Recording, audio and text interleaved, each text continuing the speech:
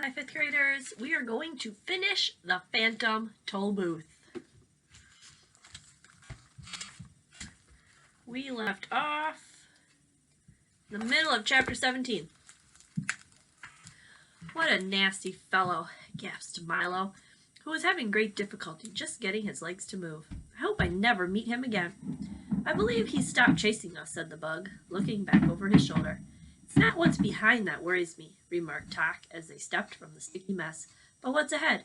Keep going straight, counseled the voice as they continued to pick their way carefully along the new path. Now step up, it recommended, and almost before they knew what had happened, they had all taken a step up and then plunged to the bottom of the deep, murky pit. But he said up! Milo complained bitterly from where he lay sprawling. Well, I hope you didn't expect to get anywhere by listening to me, said the voice gleefully.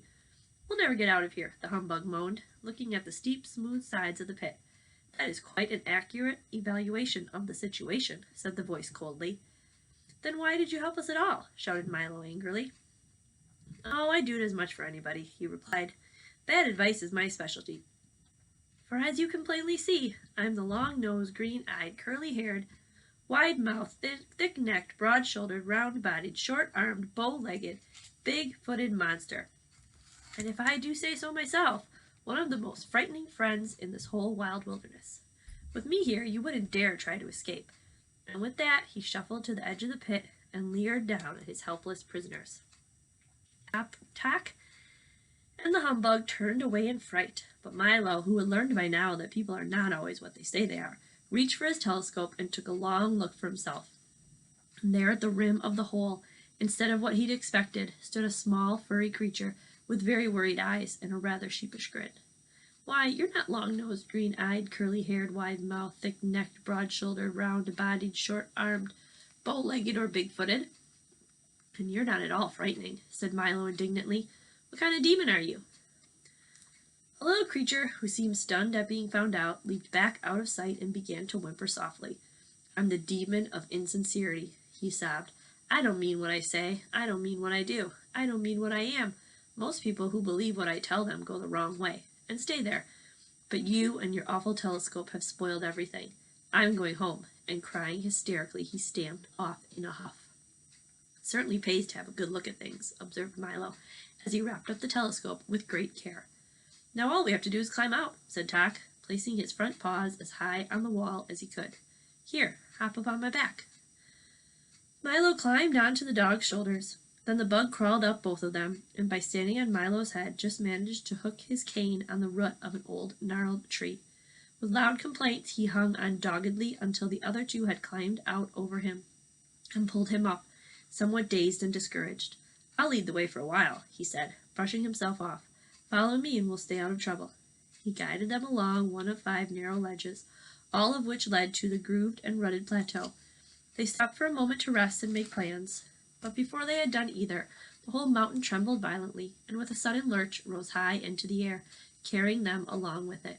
For, quite accidentally, they had stepped into the calloused hand of the gelatinous giant. And what have we here? He roared, looking curiously at the tiny figures huddled in his palm and licking his lips. He was an incredible size, even sitting down, with long, unkempt hair, bulging eyes, and a shape hardly worth speaking of. He looked, in fact, very much like a colossal bowl of jelly without the bowl. How dare you disturb my nap, he bellowed furiously, and the force of his hot breath tumbled them over his head. We're terribly sorry, said Milo meekly, when he'd untangled himself, but you looked just like part of the mountain.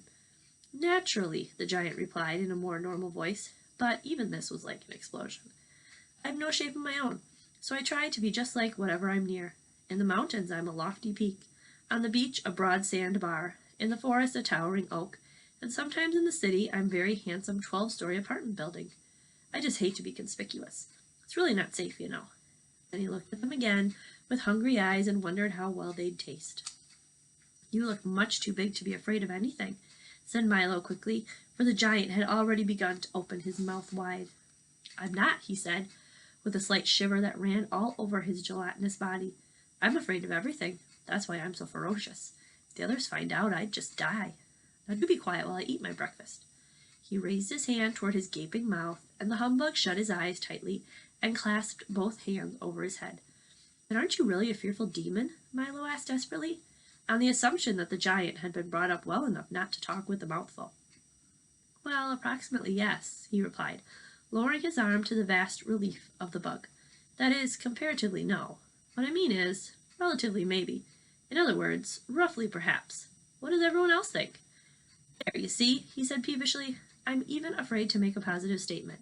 So please stop asking questions before I lose my appetite altogether." Then he raised his arm again and prepared to swallow the three of them in one gulp. "Why don't you help us rescue Rhyme and Reason? Then maybe things will get better," shouted Milo again, this time almost too late, for in another instant they would have been all gone. "Oh, I wouldn't do that," said the giant thoughtfully, lowering his arms once more. "I mean, why not leave well enough alone? That is, it'll never work. I wouldn't take a chance. In other words, let's keep things as they are. Changes are so frightening." As he spoke, he began to look a bit ill. "Maybe I'll just eat one of you," he remarked unhappily, "and save the rest for later. I don't feel very well." "I have a better idea," said Milo. "You do?" interrupted the giant, losing any desire to eat at all. "If it's one thing I can't swallow, it's ideas. They're so hard to digest." "I have a box full of all the ideas in the world," said Milo, proudly holding up the gift King Azaz had given him. The thought of it terrified the giant, who began to shake like an enormous pudding. "Put me down and just go away," he pleaded, forgetting for a moment who had hold of him. "And please don't open that box." In another moment he'd set them down on the next jagged peak, and with panic in his eyes lumbered off to warn the others of this terrible new threat. But news travels quickly. The word Snatcher, the Trivium, and the long-nosed, green-eyed, curly-haired, wide-mouthed, thick-necked, broad-shouldered, round-bodied, short-armed, bow-legged, big-footed monster had already spread the alarm throughout the evil and lightened mountains. And out the demons came, from every cave and crevice, through every fissure and crack, from under the rocks and up from the mud, stomping and shuffling, slithering and sliding through the murky shadows, and all had only one thought in mind: destroy the intruders and protect ignorance. From where they stood, Milo, Tock, and the humbug could see them moving steadily forward, still far away but coming quickly. On all sides the cliffs were alive with the evil collection of crawling, looming, creeping, lurching shapes. Some could be seen plainly, others were dim silhouettes, and yet still more, only now beginning to stir from their foul places, would be along much sooner than they were wanted. "We'd better hurry," barked Tock, "or they're sure to catch us," and he started up the trail again. Milo took one deep breath and did the same, and the bug, now that he knew what lay behind, ran ahead with renewed enthusiasm. Chapter 18, Castle in the Air. Higher and higher they climbed, in search of the castle and the two banished princesses, from one crest to the next, from jagged rock to jagged rock, up frightful crumbling cliffs, and along desperately narrow ledges, where the single misstep meant only goodbye. An ominous silence dropped like a curtain around them, and except for the scuffling of their frantic footsteps, there wasn't a sound. The world that Milo knew was a million thoughts away, and the demons were there in the distance. "We're gaining," shouted the humbug, wishing he'd never looked back. "But there it is!" cried Milo at the same instant. For straight ahead, climbing up from atop the highest peak, was a spidery spiral stair, and at the other end stood the castle in the air. I see it," said the happy bug, as they struggled up the twisting mountain trail. But what he didn't see was that, curled up right in front of the first step, was a little round man in a frock coat, sleeping peacefully on a very large and well-worn ledger. A long quill pen sat precariously behind his ear. There were ink stains all over his hands and face, as well as his clothing, and he wore a pair of the thickest eyeglasses that Milo had ever seen. "Be very careful," whispered Tock, when they'd finally reached the top, and the humbug stepped gingerly around and started up the stairs. "Names?" the little man called out briskly, just as the startled bug reached the first step. He sat up quickly, pulled the book out from under him, put on a green eyeshadow, and waited with his pen poised in the air. "Well, stammered the bug. "Names," he cried again, and as he did he opened the book to page 512 and began to write furiously. The quill made horrible scratching noises, and the point, which was continually catching in the paper, flicked tiny ink blots all over him. As they called out their names, he noted them carefully in alphabetical order. "Splendid, splendid, splendid," he muttered to himself. "I haven't had an M in ages." "What do you want our names for?" asked Milo, looking anxiously over his shoulder. "We're in a bit of a hurry." "Oh, this won't take a minute," the man assured them. I am the official census taker, and I must have some information before I can take your census. Now, if you'll just tell me when you were born, where you were born, why you were born, how old you are now, how old you were then, how old you'll be in a little while, your mother's name, your father's name, your aunt's name, your uncle's name, your cousin's name, where you live, how long you've lived there, the school you've attended, the schools you haven't attended, your hobbies, your telephone number, your shoe size, shirt size, collar size, hat size, and the names and addresses of 6 people who can verify all this information. We'll get started.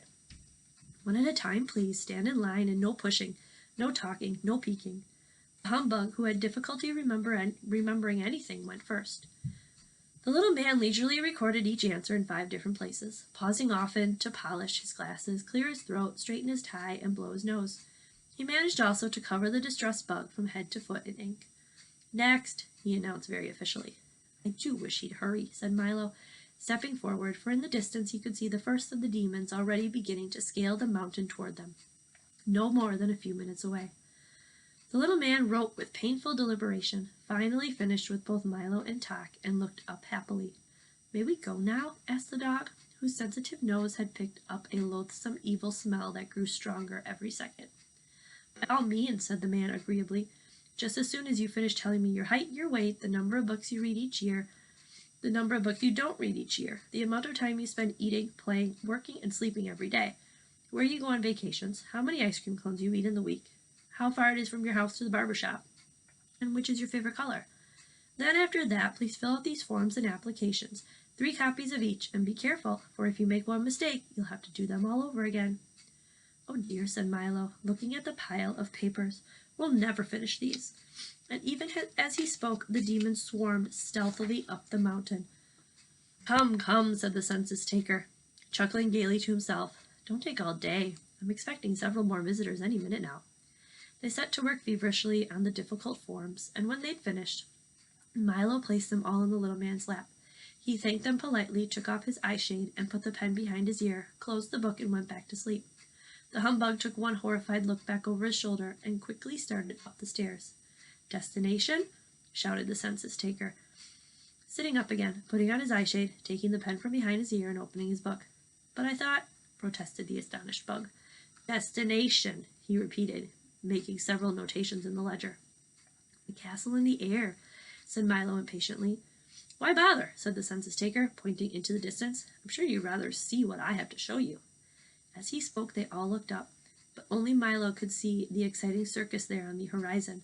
There were tents and sideshows and rides and even wild animals, everything a little boy could spend hours watching. And wouldn't you enjoy a more pleasant aroma? He said, turning to Tock. Almost immediately the dog smelled a wonderful smell, and no one but he could smell.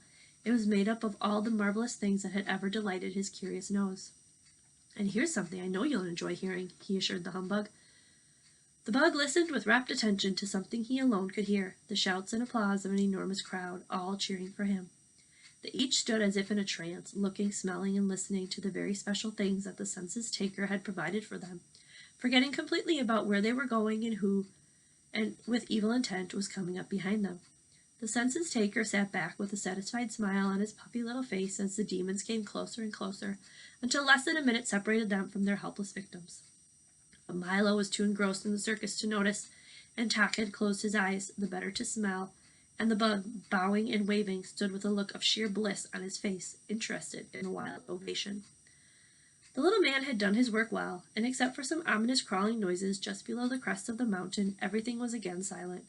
Milo, who stood staring blankly into the distance, let his bag of gifts slip from his shoulder to the ground, and as he did, the package of sounds broke open, filling the air with peals of happy laughter, which seemed so happy that first he, then Tock, and finally the humbug joined in, and suddenly the spell was broken. There's no circus, cried Milo, realizing he'd been tricked. There were no smells, barked Tock, his alarm now ringing furiously. The applause is gone, complained the disappointed humbug. I warned you, I warned you. I was the census taker, sneered the census taker.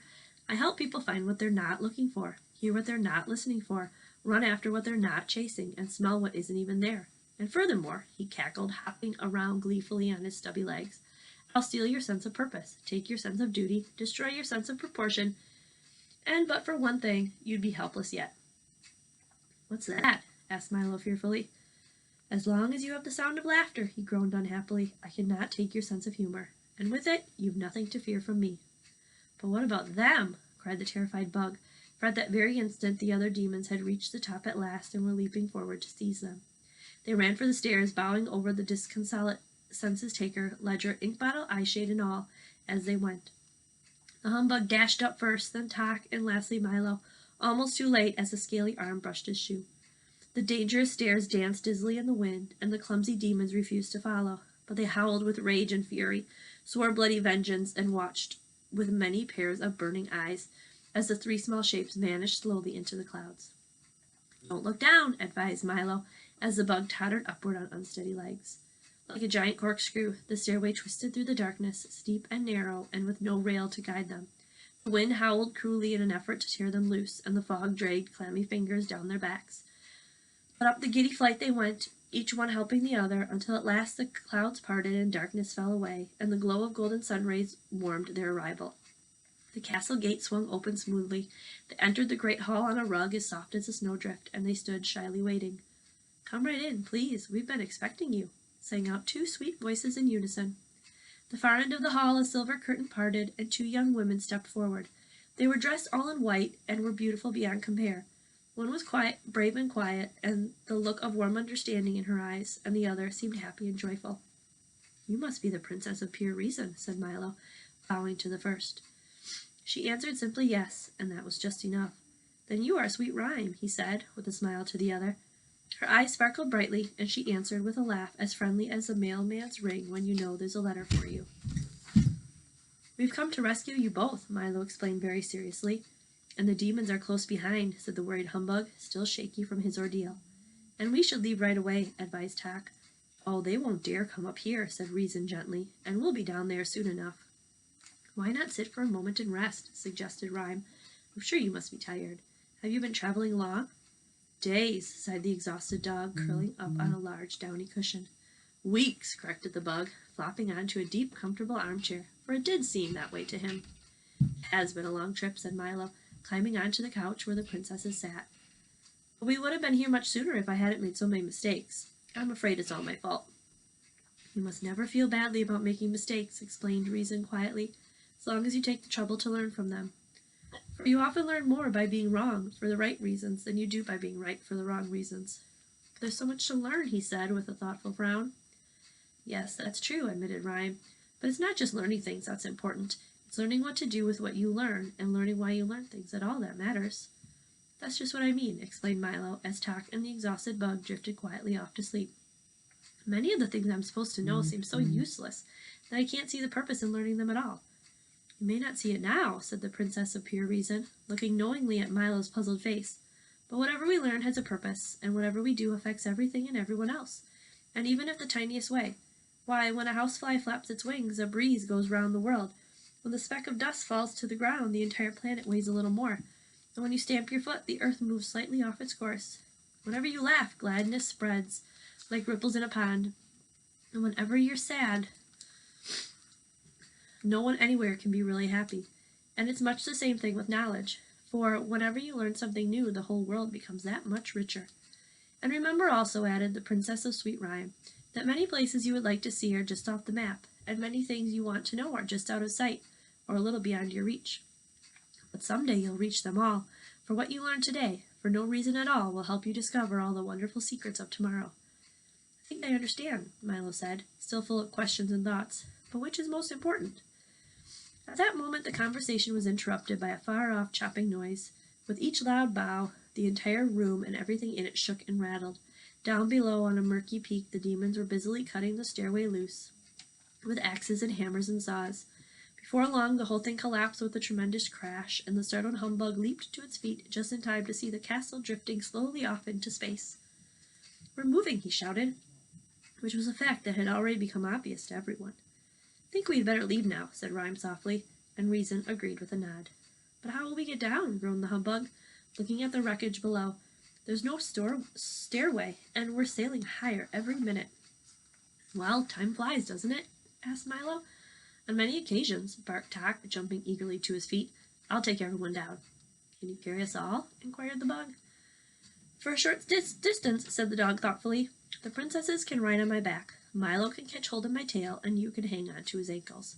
But what of the castle in the air? The bug objected, not very pleased with the arrangement. Let it drift away, said Rhyme. And good riddance, added Reason, for no matter how beautiful it seems, it's still nothing but a prison. Tock then backed up 3 steps, and with a running start bounded through the window with all his passengers and began the long slide down. The princesses sat tall and unafraid. Milo held on tight as he could, and the bug swung crazily, like the tail on a kite. Down through the darkness they plunged, to the mountains and the monsters below. Just a little bit left. We'll get back to it.